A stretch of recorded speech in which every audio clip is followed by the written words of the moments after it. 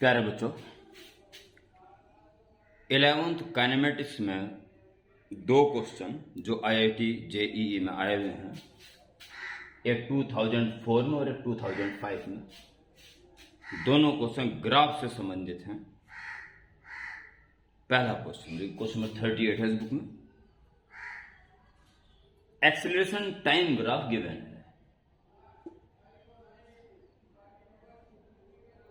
A body starts from rest at t equal to 0. Acceleration time graph is given. Maximum velocity attained by the body will be. Maximum velocity attained. इसके लिए आपको एक note तैयार करना होगा। Eighty graph की एक खूबी, a property of eighty graph. प्यारे बच्चों, एटी ग्राफ में जो एरिया अंडर ग्राफ कवर होता है वो क्या रिप्रेजेंट करता है? ये जो रिप्रेजेंट होते हैं, ये इसका भरपूर नॉलेज आपको होना चाहिए। एक्सटी ग्राफ में स्लोप वेलोसिटी को शो करता है, वीटी ग्राफ में स्लोप एक्सेलरेशन को शो करता है और एरिया डिस्प्लेसमेंट को शो करती है। एटी ग्राफ में जो एरिया होता है, ये क्या शो करता है, इसकी नॉलेज आपको होनी चाहिए।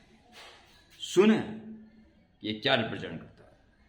ये रिप्रेजेंट करता है कि उसकी ऑब्जेक्ट की वेलोसिटी में कितना इंक्रीमेंट हो गया। बस माइनस में आया तो अपना माइनस में आ जाएगा, फिर डिक्रीज हो जाएगी। वेलोसिटी जितनी थी इस ग्राफ से पहले, उसके बाद इस दौरान उसकी वेलोसिटी कितनी बढ़ चुकी, उसको शो करता है। ओके, ये इंपॉर्टेंट है बस क्वेश्चन में। मैक्सिमम वेलोसिटी कितनी हो जाएगी? तो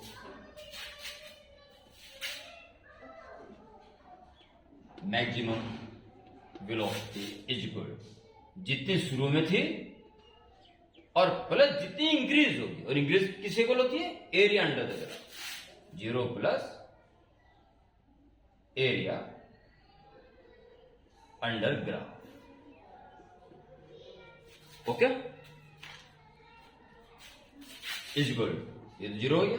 एरिया अंडर ग्राफ, ट्रायंगल का area half into base 11 into height 10, 555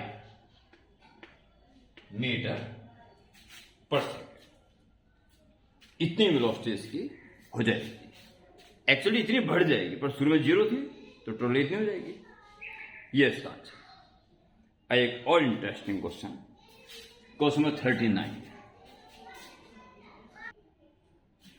इसमें वेलोसिटी डिस्प्लेसमेंट ग्राफ दिया हुआ है और इसके कॉरस्पॉन्डिंग एक्सीलरेशन डिस्प्लेसमेंट ग्राफ क्या होगा।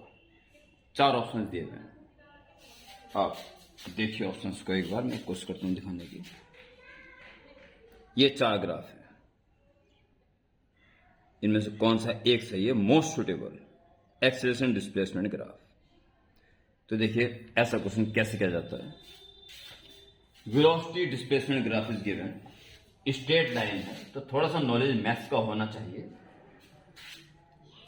इंटरसेप्ट फॉर्म में लाइन की equation x upon A plus Y upon B equal to 1। तो यहां पे x तो x ही है, तो x upon x not plus Y की जगह v, v upon Y intercept v not is equal to 1। इस ग्राफ को देख के ये रिलेशन x और v के बीच में है, क्योंकि स्ट्रेट लाइन है। Differentiate with respect to t, ये तो कांस्टेंट है। इसका हो जाएगा dx by dt divide by x not, इसका dv by dt upon constant v not, और कांस्टेंट का डेरिवेटिव 0। इस समय तो dx बाई dt हो जाएगा v upon x not, dy by dt is acceleration upon v not is equal to 0। हमें demand है एक्सीलरेशन और displacement.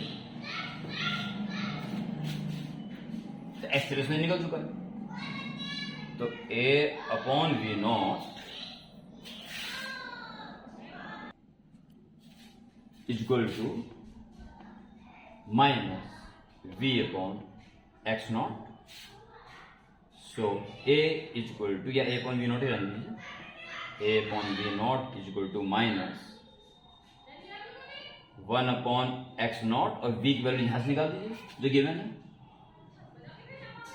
1 minus X upon X not और वी नॉट इंटू में पहुंच जाएगा वी, ये v की वैल्यू आ जाएगी. और अब आपको क्या करना है,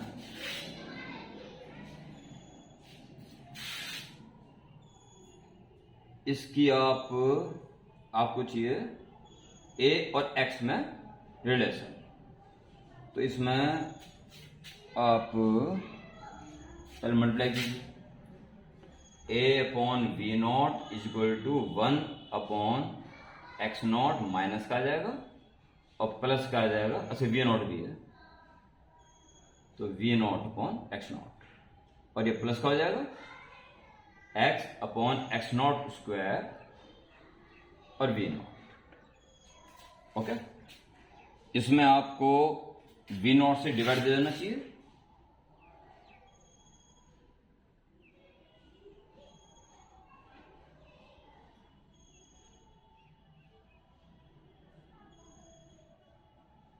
ऐसे कीजिए इसको, a अपॉन वी नॉट